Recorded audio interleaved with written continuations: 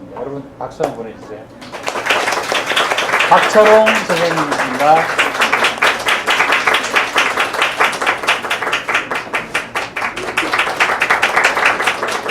네, 쓰시면 됩니다. 앉아서 해도 되겠죠? 네. 조금만 더 젊었더랬으면 제가 섰을 텐데요. 우리 최장훈 대표가 20대 때 20살 시절에 저 친구도 대학가요제를 나가겠다고, 그때 제가 이 대학가요제에 관한하는 부산에서 나름대로 전설이었습니다. 그래서 저를 찾아왔어요. 그 좀 출조 좀 할 수 있게, 선생님 밑에 좀 지도를 받으면 안 되겠습니까? 근데 여하간 본선까지는 갔습니다. 갔는데 떨어졌습니다. 그렇지만 그때 맺어진 인연이 지금까지 오네요. 그러니까 한 30년이 넘어 되죠. 예. 그런데 오늘 이 친구도 나이가 들면서 여하간 그 좋아하던 음악하고 연결이 지어져서 문화계통해서 이렇게 일을 쭉 나도 모르게 하고 있었던 모양이에요. 그래서 선생님 뭐 이런 일이 있는데 특강을 한번 해 주시겠습니까? 해서 그 좋지, 그럼 해보도록 하지 하고 왔습니다. 그런데 보통 지금까지 해온 제 특강은 최소한 300명에서 500명 정도 앉아 있는 데서만 했는데 오늘 30명이지만 거득하네요. 수업하는 기분으로 말씀을 드리겠습니다. 그런데 오늘 전체적인 주제가 샹송이 있고 또 직접 그것을 노래하는 분이 오셨고 또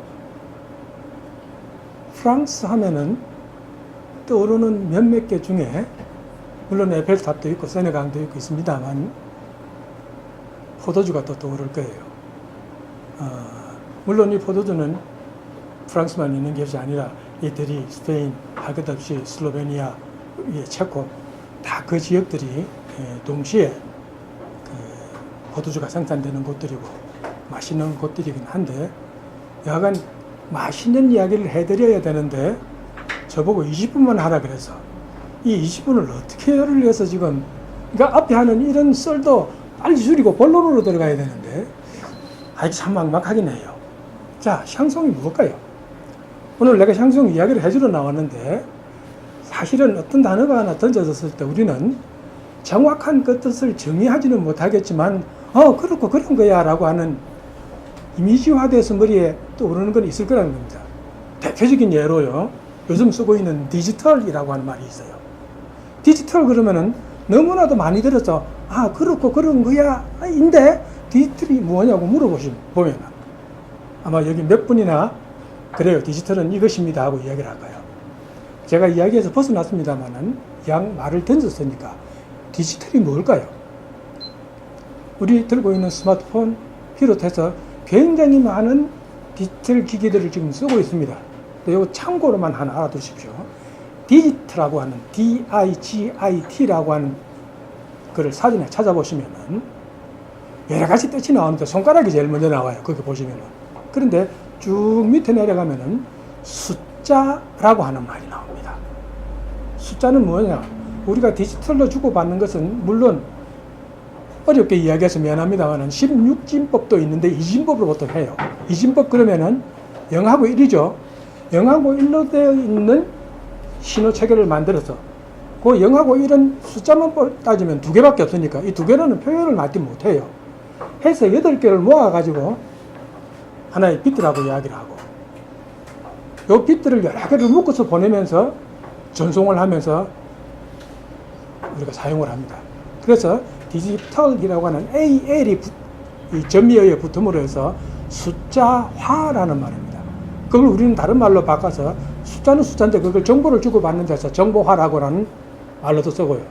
그렇지만 이렇게 설명 들어본 적은 없잖아요. 그냥 우리 머릿속에는 디지털이지. 그럼 샹송은 뭐예요? 뭔지는 잘 모르겠는데 이거 프랑스 노래잖아요. 맞습니다.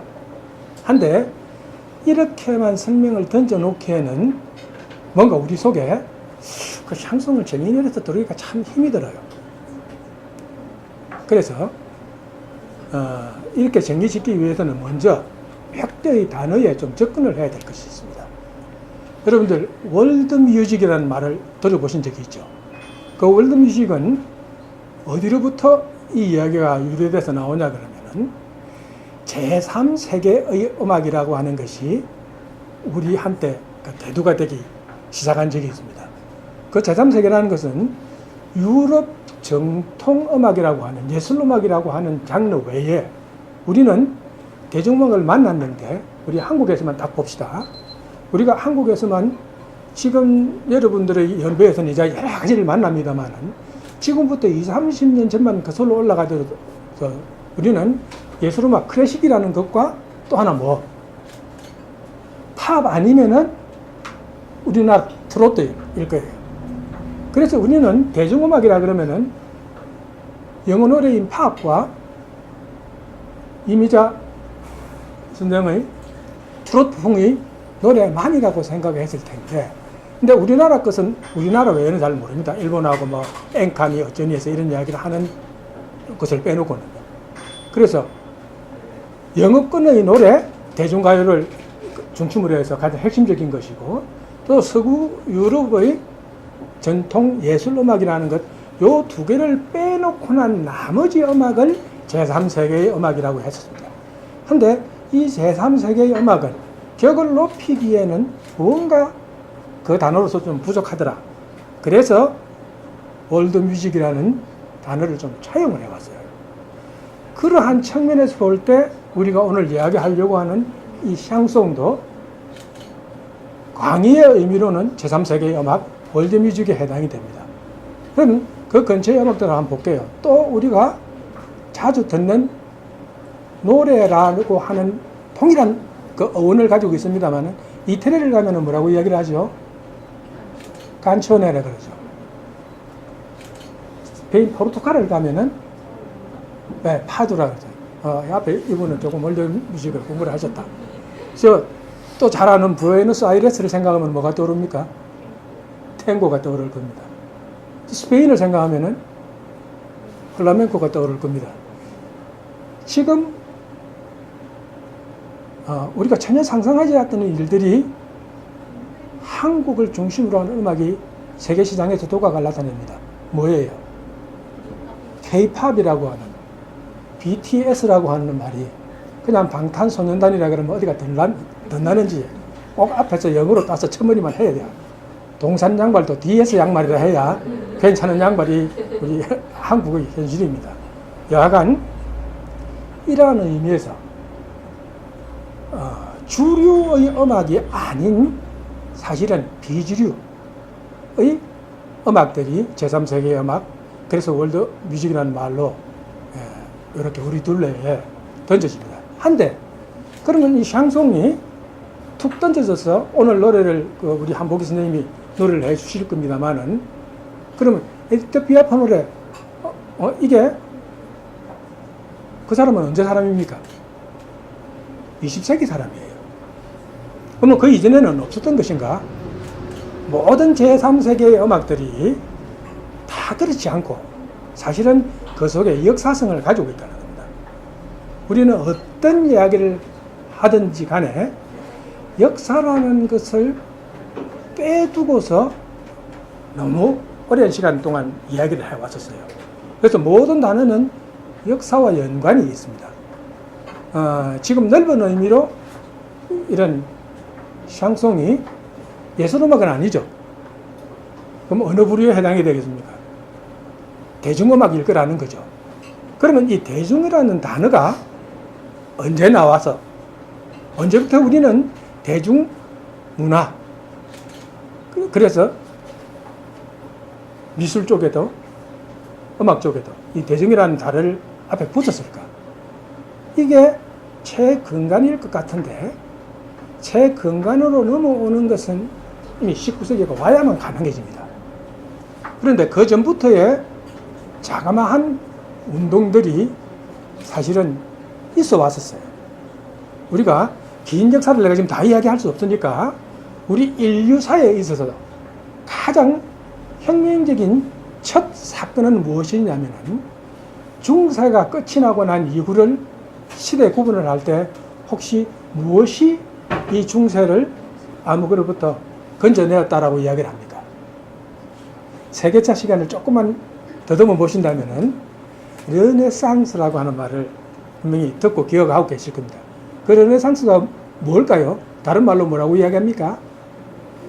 인본이라 그럽니다. 사람 인자의 근본 본자입니다. 사람이 근본이 되었으면 좋겠다라는 이야기가 그 전하고 이 르네상스하고의 시대 구분상에서 확연하게 차이가 드러납니다. 바로 이것이 인간을 우리가 중세는 신중심의 세상이었잖아요. 그 당시의 노래는 전부 다 하이소프라노 저 높은 노래밖에 없습니다. 남자가 저 낮은 노래를 부를 수 없는 시절이었습니다. 그래서 남자가 노래를 부르기 위해서는 어떻게 했던 줄 아십니까? 혹시 파리넬리라는 영화를 보신 적 있어요? 조금 야한 영화니까 숨어서 다 봤을 거예요. 그런데 그 영화에서 그 울게하소서 아주 유명한 그 곡이 나올 때 남자가 노래를 하는데 목소리는 여자였죠. 어떻게 하면 여자 목소리가 납니까? 불을 까면 돼요. 그래서 파리나무 십자가라든지 이런 그 합창단도 예전에는 참 어릴 때부터 노래를 하다가 변성기가 되면 그냥 다 불화를 다 떼냈어요. 그 참 할 짓이 아닌데도 파리넬리 영화 안에 그런 것들이 나타나고 있죠. 그래서 이 역사적인 환경 속에서 신을 이겨내고 인간이 중심이 되어야 되겠다라고 하는 이 상태. 그래서 중세의 말기에 트루베 혹은 트루바투르라고 하는 인물들이 나옵니다.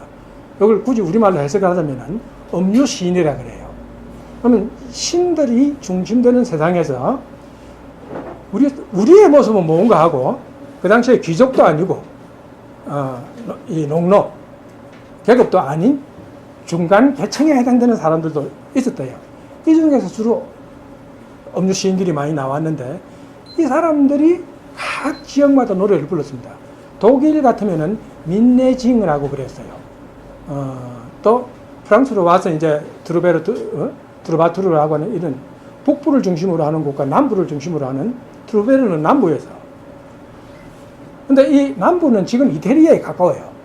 이 사람들이 노래했던 것들을 뭐라고 이야기하냐면 칸치아네라 이야기를 했습니다.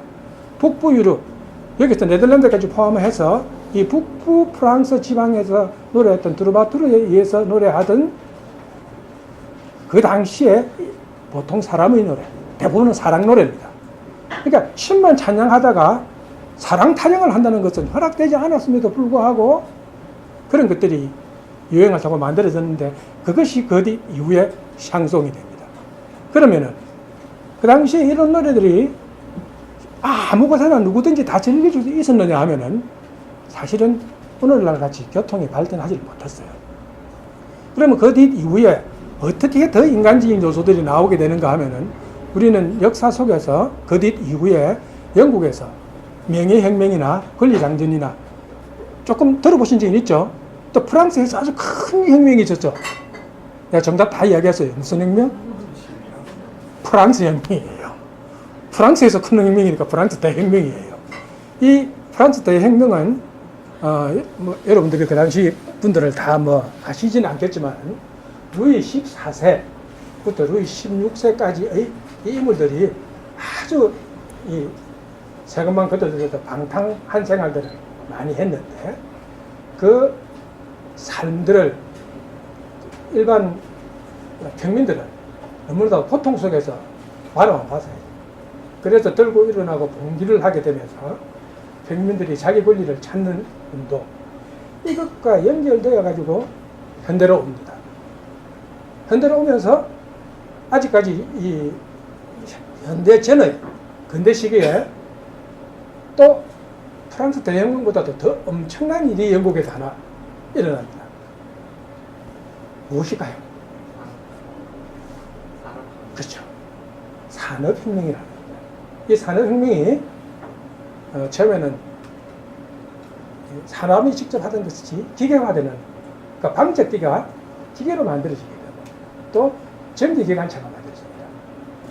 그래서 사람 손이 다 하는 것을 기계가 움직이게 되니까 결과적으로 어떻게 된다? 대량 생산이 가능하게 돼요. 그런데 많이 생산됐는데 이걸 갖다 줄 수 있는 이 물류 유통 과정이 없다면은 또 그건 한쪽에서 썩을 거예요. 그런데 이 전기기관차가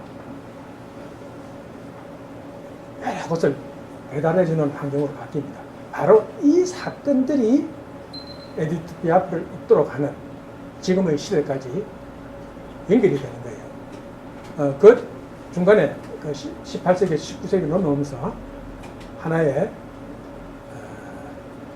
소리를 저장하는 광학 매체가 나옵니다.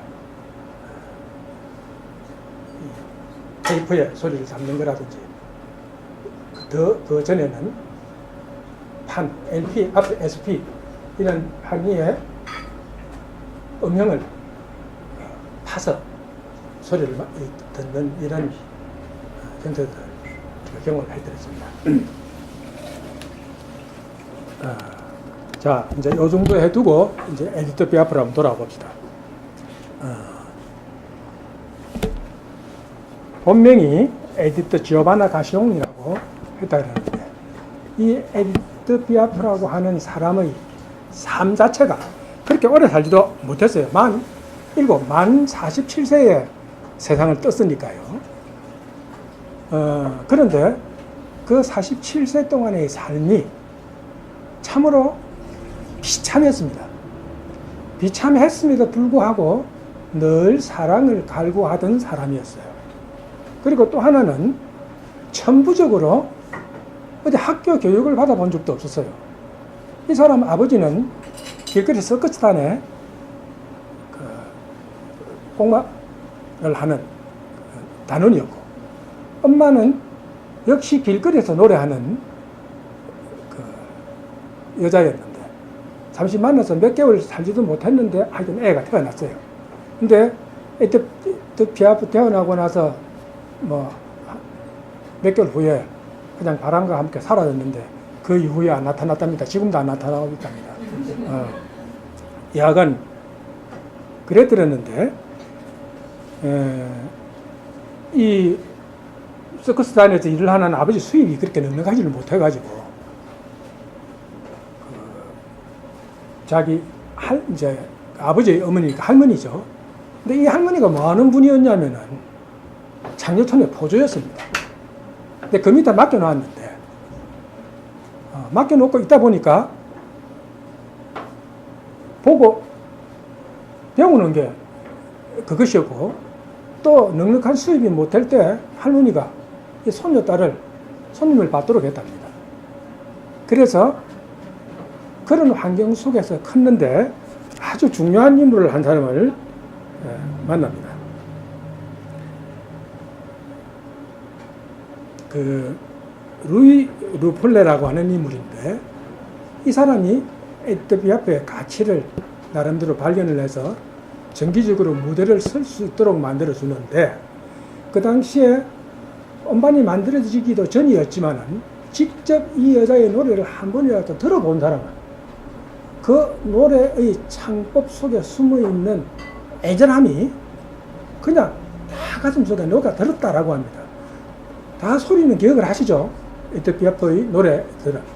그 특유한 비브라토는 지금도 그 누구도 흉내를 못 냅니다. 마치 우리는 샹송은 그렇게 부르는 것이다 라고 이야기를 할 만큼 표준화되어 있는 나름대로 공식을 만들어 줬어요. 한데 직접 이 여자를, 요즘은 유튜브가 많이 여러분들한테 문화적인 소스를 제공을 해주고 있으니까 아주 작습니다. 원래 정통 프랑크족들이 굉장히 키가 작아요. 이 여자 키가 모나미 사이즈도 안 된답니다. 모나미 사이즈가 얼마예요? 여러분은 몬아미라고 하는 볼펜을 요즘 잘 안 쓰죠? 한데 20년, 30년 전에는 대중적인 펜이 모나미였습니다. 153mm입니다. 153 사이즈가 우리 지금 한국 사람들 153 같으면 그렇게 큰 키가 아니죠. 근데 이 여자는 142cm밖에 안 됐어요. 그리고 피아프라고 하는 이 단어가 참사라는 뜻이에요. 막 짜잘짜잘짜잘 하는 거죠. 노래도 들어보시면 따라라라라 떨리면서 나오는 이 소리들이 여하간 잘 아시는 곡들을 보면은 힌 알라무 사랑의 창가라고 이야기를 합니다.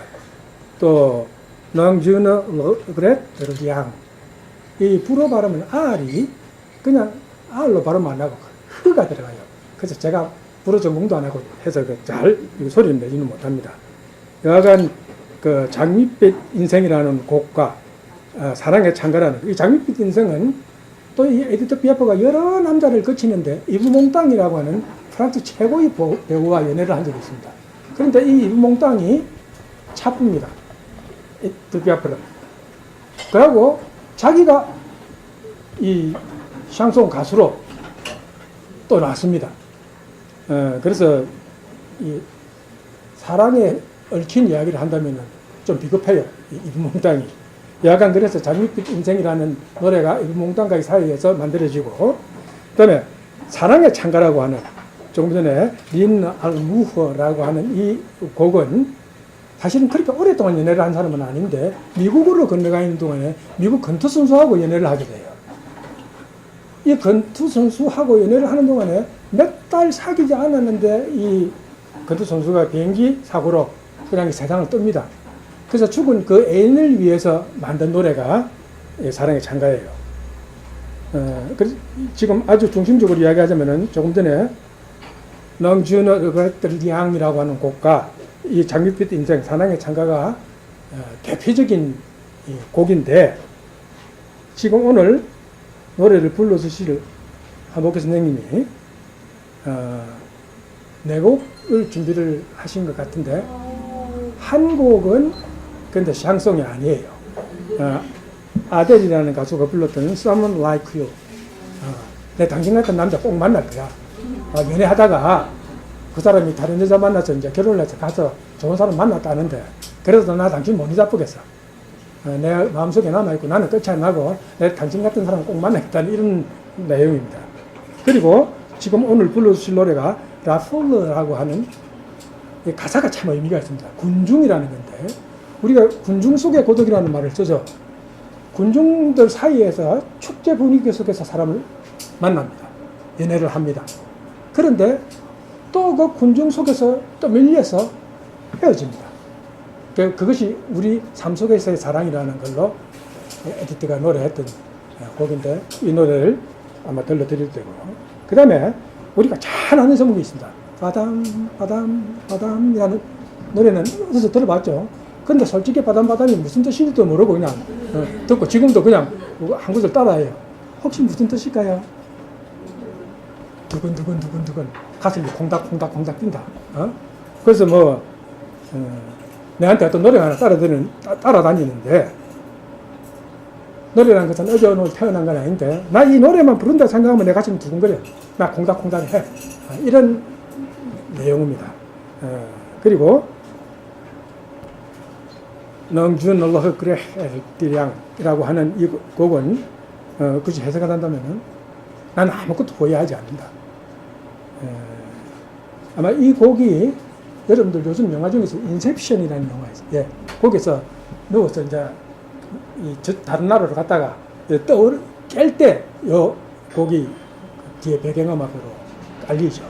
그래서 이제 뭐 선율이나 이런 것들은 우리 귀에 잘 들어와 있는 걸 겁니다. 자, 아니요, 저는 전혀 후회하지 않습니다. 좋았던 일도 나빴던 일도 내게는 다 똑같습니다. 더 이상 아무것도 필요하지 않고요, 내 기억 속의 모든 걸 다 썰어버립니다. 그러나 나의 삶, 나의 기쁨은 바로 오늘 당신과 함께 또다시 시작합니다. 이런 가사를 가지는데, 여하간 이 에디트 피아프의 노래는 그냥 들어도, 우리가 그냥 들어도 감동할 수 있는 노래들이 참 많습니다. 이런 대중음악 속에 이런 것이 있다면, 혹시 클래식을 좋아하시는 분들은 오늘 가시면은 첼로 곡 중에서 막스 브루흐라고 하는 작곡가가 작곡을 한 콜 니드라이, 신이 부르는 날이라고 하는 곡이 있습니다. 콜 니드라이. 이 곡을 어느 8살 먹는 꼬마 애가, 음악이라고 전혀 들어본 경험이 없는 애가 이 곡을 한참 듣고 있다가 그냥 눈물을 줄줄 흘렸다라는 이야기가 있어요. 자, 음악이 가지는 큰 힘 중에 하나일 겁니다. 설명을 해주지 않아도 해설을 해주지 않았는데도 불구하고 우리 속에 그냥 들어와서 용해되고 녹을 수 있는 곡, 음악, 그것이 에디트 피아프의 가장 강한 힘인지도 모르고 샹송에 가진 힘일 겁니다. 근데 샹송을 조금 전처럼 다시 학대를 해서 제3세계의 음악에는 이런 유형이 굉장히 많습니다. 우리나라의 전통음악 중에 대금 산조를 우리 가슴 속에 녹이듯이 한번 들어보시면요. 그것은 서양의 사관 편성, 120명의 풀 오케스트라가 앉아서 전체 오케스트라가 연주하는 이상으로 고스의 북 하나와 대금 하나로 연주하는데 정말 가슴이 미어지게 우리 가슴 속에 소리가 들어오기도 합니다.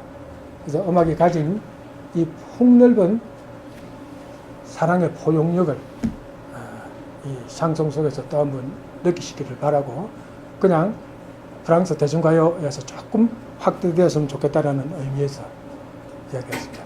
많이 넘었습니까, 시간이? 네, 여기까지.